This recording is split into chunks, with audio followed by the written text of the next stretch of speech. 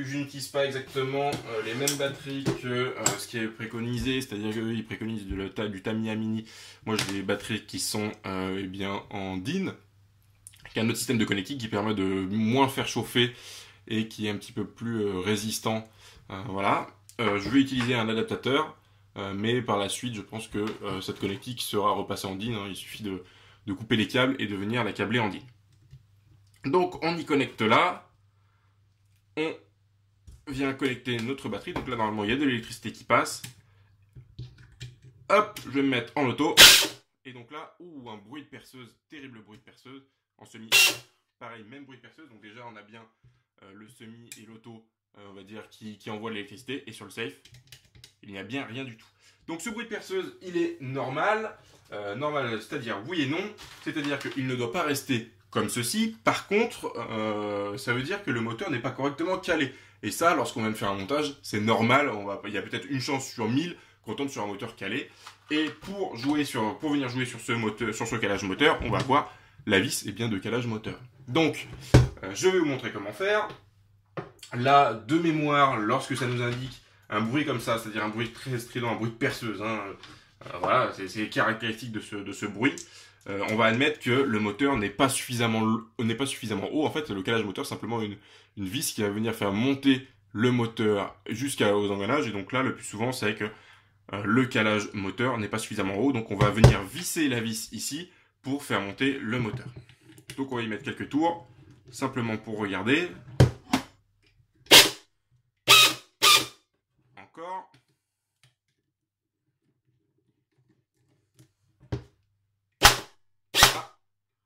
Là déjà on a un premier tir, c'est-à-dire qu'il y a un calage qui a été fait quand même, le moteur arrive bien à avoir les gears. Maintenant, pour avoir le calage idéal, et ben ça va être au bruit.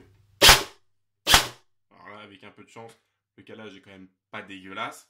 Donc on va venir ajuster. Le but est d'avoir un bruit le plus court possible. C'est-à-dire qu'en gros, hein, schématiquement, on va passer d'un boum boum à un bruit presque instinctif. Donc ça, il va y avoir ce qu'on appelle la réactivité. Après, le peu de temps qui se passe, on va dire même le laps de temps qui se passe entre le moment où on appuie sur la détente et le moment où le coup part, on va appeler ça la réactivité. Mais une grosse partie vient essentiellement du calage moteur. Et pareil, au niveau du bruit, on va être sur des bruits très aigus, très graves. Le but, c'est d'avoir un bruit intermédiaire. Voilà, là, on sent pas trop que le moteur tourne dans le vide. Il tourne vraiment dans l'essentiel. Et pour moi, là, le calage serait pareil. Si par hasard, on a un calage qui est trop... Donc là, je vous ai fait entendre s'il était trop fort. S'il était trop détendu. Maintenant, s'il est trop tendu... Encore. On a quand même une plage de réglage de câblage qui est quand même pas trop mal. Alors, faut pas que je tape la caméra. Je vais essayer de le faire au trop. Voilà, là on entend que le moteur il peine par rapport à tout à l'heure. Donc là c'est qu'il est trop enfoncé. Voire même ça peut venir couper le moteur. Donc là hop, je vais remettre une plage de calage. Allez, pour l'arrière maintenant, alors je vous ai sorti tout ce que j'aurais besoin pour faire tout ce qui est crosse. Donc là on a le tube de crosse avec sa vis et sa rondelle qui vont venir se prendre directement dans l'arrière de la gearbox, dans le corps plus la gearbox, qui vont venir vraiment solidariser. Ça va être quelque chose qui va être comme ceci. Et puis après on aura la crosse qui viendra en complément sur la suite. Ce qui va se passer, c'est que moi il va me manquer une pièce qui est ici, c'est un attache-sangle. Alors il va me la manquer, je l'ai pas en stock, mais c'est pas grave de la mettre sur cette crosse particulièrement, parce que cette crosse, lorsqu'on la met, on peut l'enlever. Par contre, si on a une crosse type n'importe, une crosse type M4 ou quoi que ce soit, il va vraiment nous falloir, nous falloir cette pièce. Donc je vous la mets en photo. C'est une pièce qui vaut pas très cher. Moi j'en ai pas besoin, j'en ai plus en stock, mais j'en ai pas besoin pour cette crosse. Donc je vais en profiter. Et en fait, elle va venir caler le câble et venir le faire rentrer correctement dans le tube de crosse. Et en plus, ça va faire quelque chose d'assez joli ici, puisque là on voit qu'ici, on a un trou assez large. Voilà, ça va venir cacher, en fait, c'est un peu un cache-trou qui en plus nous permet d'avoir une attache. Moi, cette pièce, elle est remplacée par celle-ci sur la crosse, qui est montée directement sur la crosse, donc je n'en ai pas besoin. Alors pour faire passer ça, dans un premier temps, on va faire passer le câblage. Donc là, c'est un tube simple, un tube de crosse, tout ce qu'il y a de plus vide, avec eh bien deux encoches. Je sais pas si on va le voir ici, une encoche ici, une encoche ici, et puis un passage des câbles qui est ici. Donc c'est pareil, c'est bavuré, un petit passage des câbles qui est ici. Donc on va faire passer les câbles. Le tube de crosse se met. Hop, ici on a une ici, voilà, on a, eh bien, on voit une petite, un petit rectangle, hein, et qui est percé, et sur, eh bien, ici, 6 trous, il y a 6 trous différents, 6 positions. Et en fait, c'est ce qui va donner les positions de la crosse lorsqu'on a une crosse qui est rétractable. Donc ça, on va le mettre, eh bien, sur le bas de la réplique, comme ceci. Attention avec les câbles. Voilà, hop, comme ceci, sur le bas de la réplique.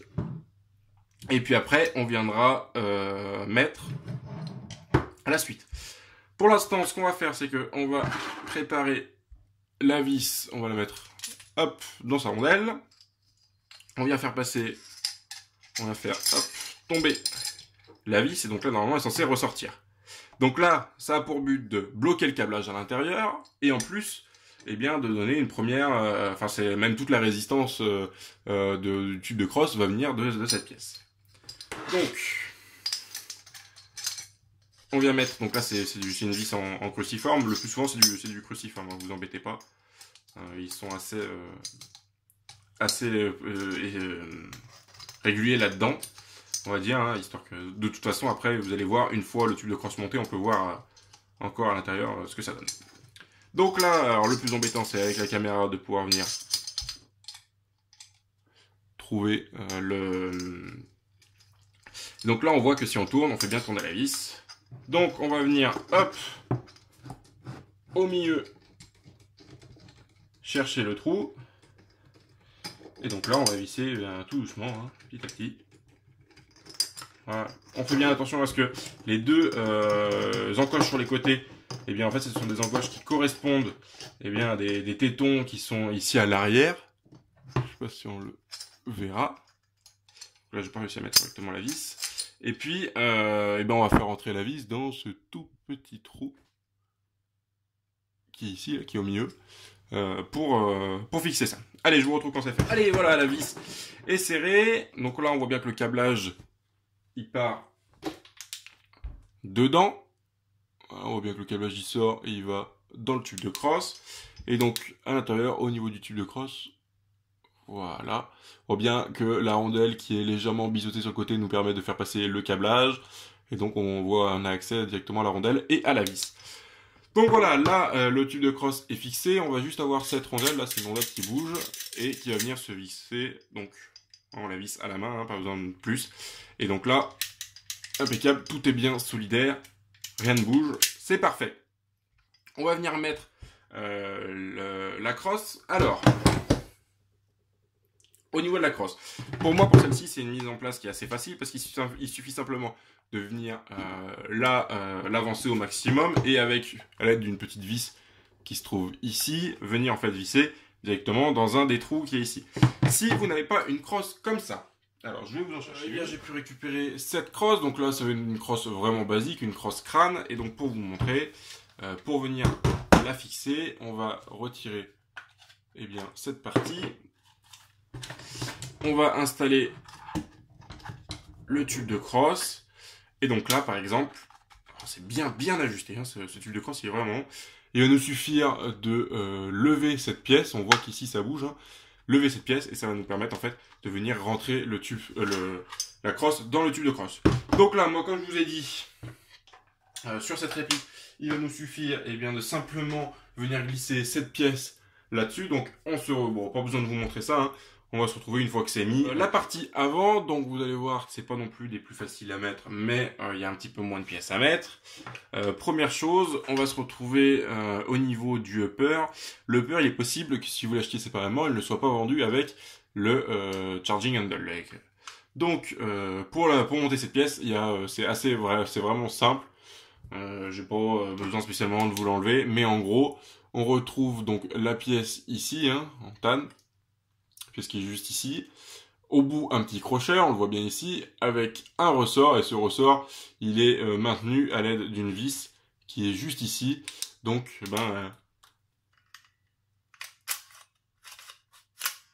voilà, simplement quand on tire le levier, le ressort va venir récupérer cette pièce. Il n'y a pas d'utilité, si ce n'est une utilité esthétique et fidèle à l'arme originale.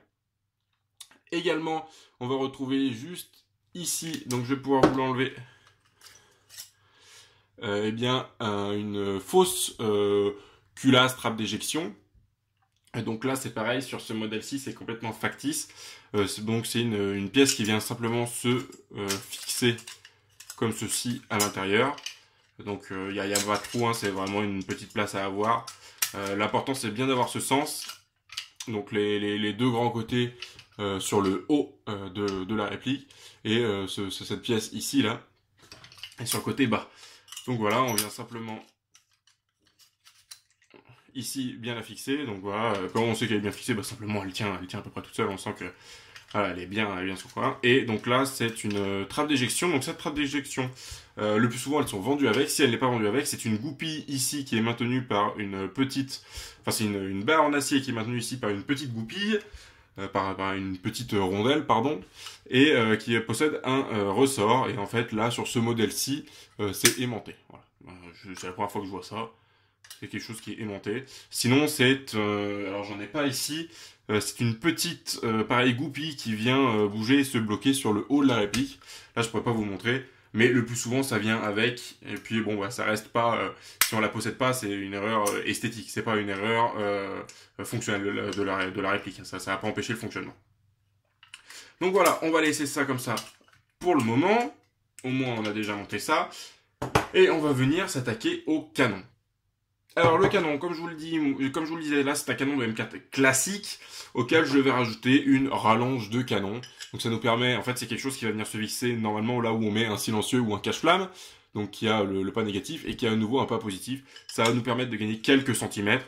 Voilà, c'est surtout un côté avoir le canon le plus long possible, vu que j'ai un cylindre plein qui me permet d'avoir le canon le plus long possible.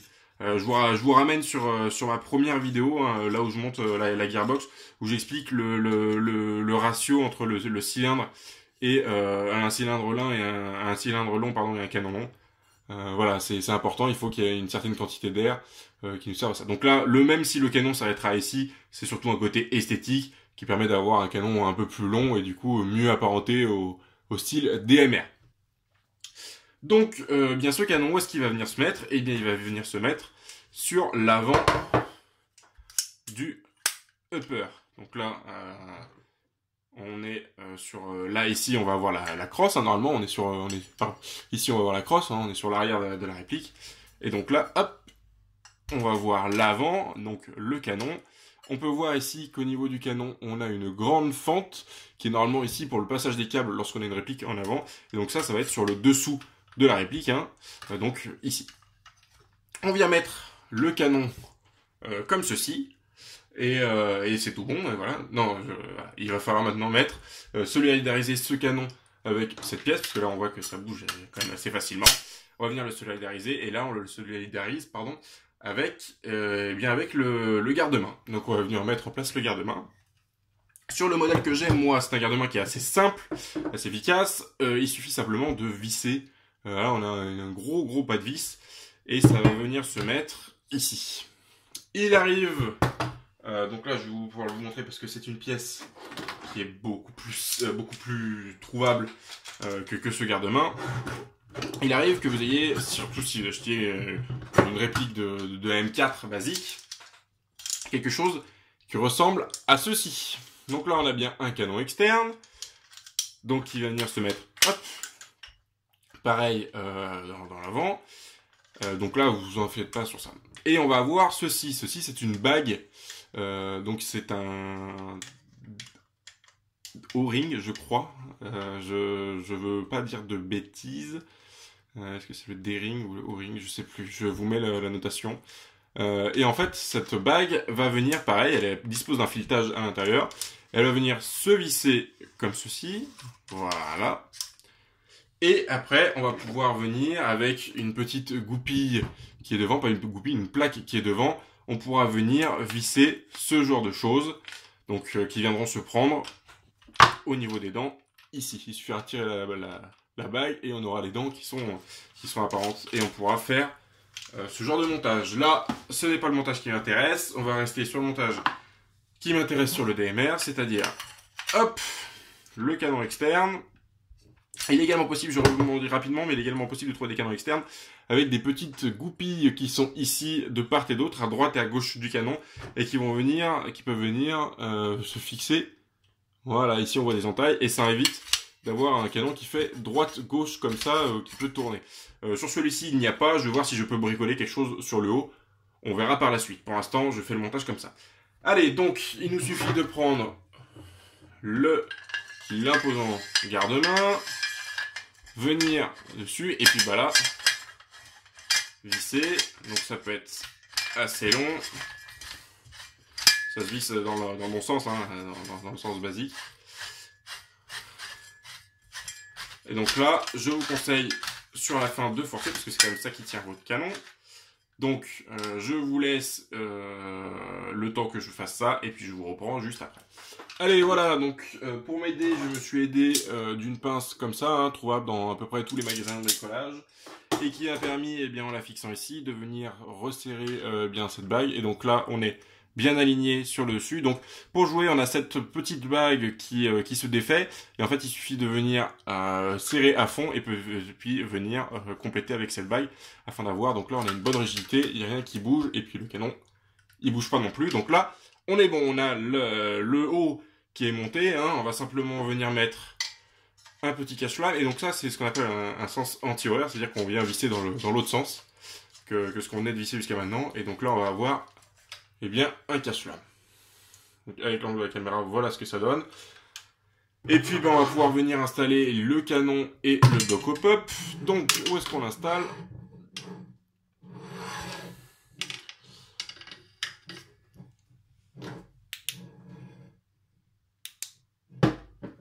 Je viens de vous montrer le trou où il fallait exactement l'installer. Et donc, en fait, on vient glisser le canon simplement là-dedans. Et voilà. Alors ce qui peut arriver sur des modèles de canon externe comme moi je vous montrais, il n'y avait pas les goupilles sur le côté. On peut voir que ici, au niveau du petit trou qui est censé être carré, en fait le canon externe a légèrement vrillé sur le côté. Vu qu'il n'est pas retenu de droite et à gauche, il s'est légèrement tourné lorsque j'ai serré le garde-main. Donc là je vais le refaire à la main, normalement c'est pas censé vous faire. Attention à ce que ici ce soit bien carré, je vous montrerai en photo exactement comment c'est lorsque c'est bien mis. C'est parce que votre bloc op-up va directement aller dedans, c'est-à-dire que là vu qu'il est incrusté, on voit que le bloc op-up n'est pas droit, il est sur le côté, et donc ça vous donnerait un mauvais effet op-up, et en plus ça vous casserait le bloc op-up si c'est aussi important que ça, ou ça vous ferait simplement pas remonter les billes. Donc on va remettre ça tout droit, rapidement. Et voilà, vu qu'on n'est pas des brutes et qu'on sert pas comme des dingues, on va pouvoir tout de suite constater que ici c'est déjà beaucoup plus droit, et que maintenant si je mets mon canon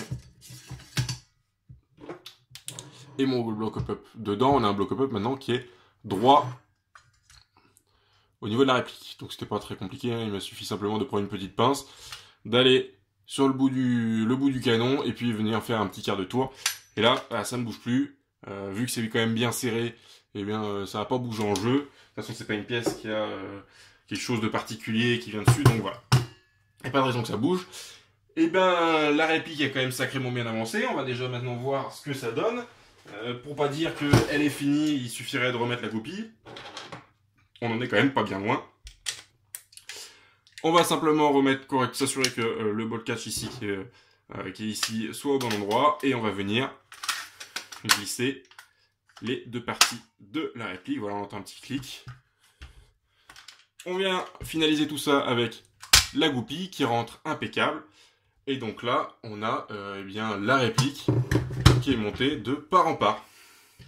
Donc on peut y mettre une batterie si on veut un petit peu entendre ce que ça donne. Allez, voilà, c'est bon, j'ai branché donc ma LiPo 11.1, celle du test tout à l'heure. Là, je vais passer, donc on a la batterie qui est branchée comme ça. Je passe en sécurité. J'ai rien, la détente ne bouge pas d'un coup. Et je passe en semi. Donc là, j'ai bien du semi. Hein, si je reste appuyé, il ne se passe rien. Et si je passe en auto... Allez, voilà, la réplique est maintenant finalement montée. Il me reste plus qu'à conclure dessus.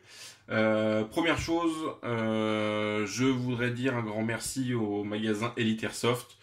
Bien pour la HK416, j'ai pas fait de vidéo depuis que je l'ai reçu. Au final, ça ne me plaisait pas de vous faire un montage complet d'une réplique qui n'avait qu'une seule marque en fait. Donc j'ai préféré attendre pour vous faire celle-ci en multimarque. Un grand merci à cette boutique. Je vous dis, on n'est pas, je reçois rien d'eux, hein, j'ai aucun avantage à le faire, si ce n'est que c'est une boutique qui marche très très bien et qui est donc à Oulin actuellement, qui est à Oulin sur les côtés de la région lyonnaise. J'en profite pour vous reparler de Instagram. Si vous voulez avoir la continuité sur cette réplique, eh bien ça sera sur Instagram. Je compte, là vous voyez qu'elle a différentes peintures, différentes teintes différentes. Je compte la rendre unie. Alors soit la rendre moi-même unie, c'est-à-dire en la peignant. Vous me dites d'ailleurs si vous voulez une vidéo sur un paint job. Ou alors, je sais que vers chez moi, il y a des magasins qui peuvent faire ça, qui sont certainement beaucoup plus compétents que moi à ce sujet. Donc si vous êtes intéressé par ce genre de choses, je peux éventuellement faire une vidéo là-dessus. Mon Instagram avec donc toutes les photos qui viendront sur cette réplique. Comme je le disais, cette réplique, bon bah voilà, le but c'était d'en monter une avec plein de marques différentes pour vous montrer qu'il est possible avec des fonds de tiroirs ou des fonds de vente France Airsoft de trouver plusieurs choses et pour avoir une réplique. Au final, c'est une réplique qui me revient à pas grand-chose, hein, peut-être une 50aine d'euros que j'ai dû dépenser en pièces détachées. C'était vraiment avec des pièces du placard, etc. C'est une réplique qui sera assez sympa et qui au final me coûtera pas grand chose et je pense qu'il sera à vendre dans les plus brefs délais derrière parce que c'est une réplique qui n'a pas une spéciale utilité pour moi. Donc voilà, si vous êtes intéressé, n'hésitez pas. Je en profite également pour vous remercier pour les 160 abonnés, merci beaucoup. La chaîne va beaucoup plus vite que ce que j'imaginais, malgré le fait que je sois assez inactif sur YouTube, on va pas se mentir, hein. Le temps, le travail et puis pas spécialement les idées pour faire des choses sur une vidéo entière. Je voulais vraiment vous remercier là-dessus. On se retrouvera bien évidemment la prochaine fois pour, j'espère, la vidéo review du HK416 Classic Army, une réplique que j'ai modifiée en externe mais qui en interne envoie du bois. Et puis voilà, on se laisse là-dessus. N'hésitez pas à faire partager la chaîne si vous trouvez que le travail que j'effectue dessus est intéressant et sera intéressant pour d'autres personnes. Et puis, il me reste plus qu'à vous remercier et vous dire bon jeu.